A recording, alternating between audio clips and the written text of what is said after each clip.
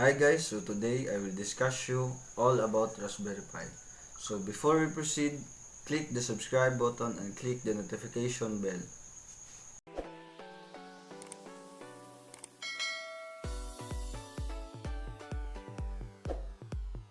So what is Raspberry Pi? The Raspberry Pi is a low-cost credit card-sized computer that plugs into a computer monitor or TV and uses a standard keyboard and mouse. It is a capable little device that enables people of all ages to explore computing and to learn how to program in languages like Scratch and Python.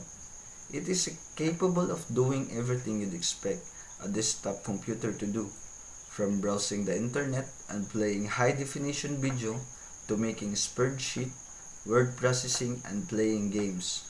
So, let's talk about the history of Raspberry Pi.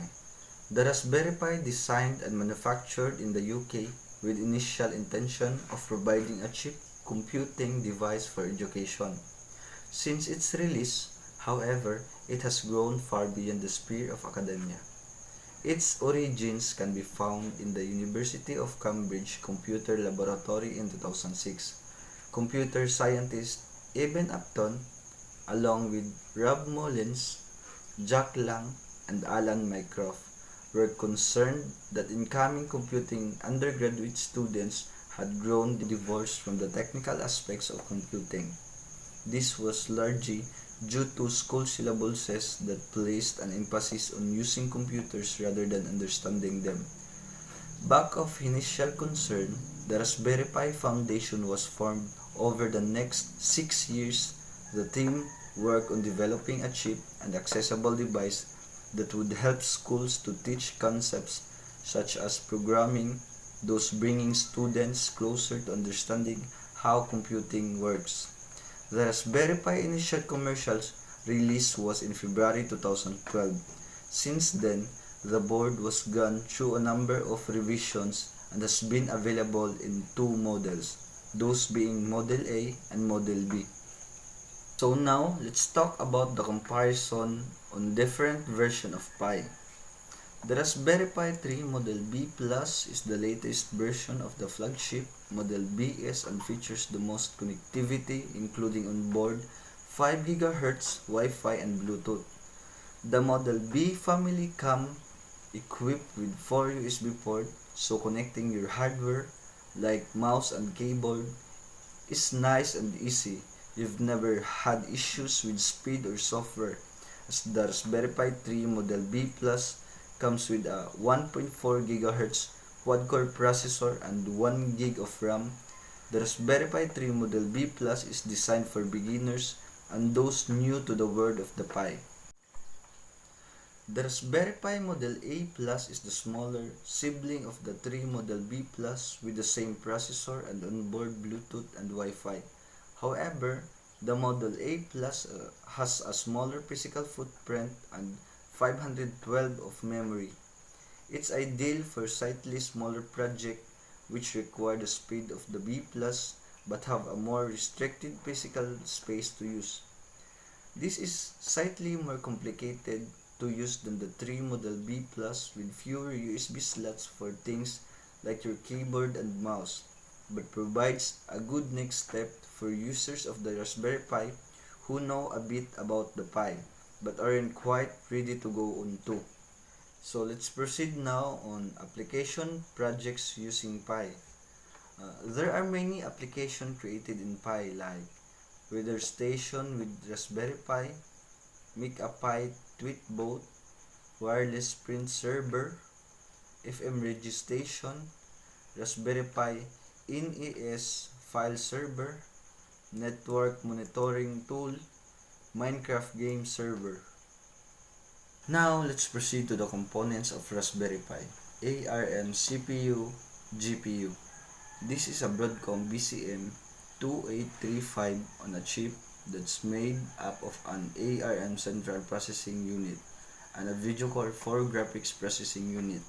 The CPU handles all the computations that make the computer work, taking input, doing calculations, and producing output, and the GPU handles graphics output, GPIO. These are exposed general-purpose input-output connection points that will allow the real hardware hobbyist the opportunity to tinker. RCA. An RCA jack allows connection of analog TVs and other similar output devices. Audio out. This is a standard 3.55mm jack for connection of audio output devices such as headphones or speakers. There is no audio in. LED. Light emitting diodes for all your indicator light needs. USB. This is a common connection port of the peripheral devices of all types including mouse and keyboard. Model A has 1 and Model B has 2.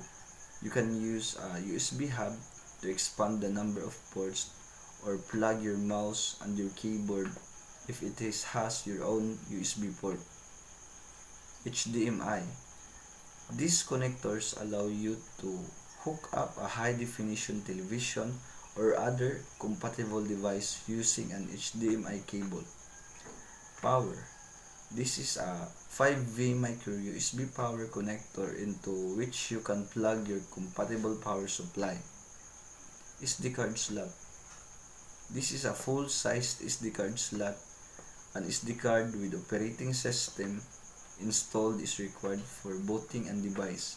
They are available for purchase from the manufacturers, but you can also download an OS and save it to the card yourself if you have a Linux machine.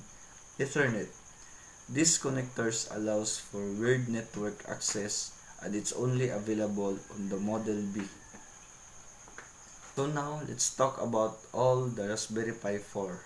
Raspberry Pi 4 has a 1.5 GHz quad-core 64-bit ARM Cortex A72 CPU, 1GB, 2GB, or 4GB of LPDDR4 SDRAM, full throughput Gigabit Ethernet, dual band 802.11 AC wireless networking, Bluetooth 5.0, 2 USB 3.0 and 2 USB 2.0 ports, dual monitor support at resolutions up to 4K, Video Core 4 graphics supporting OpenGL ES3.x, 4K P60 hardware decode of HEVC video, complete compatibility with early Raspberry Pi products.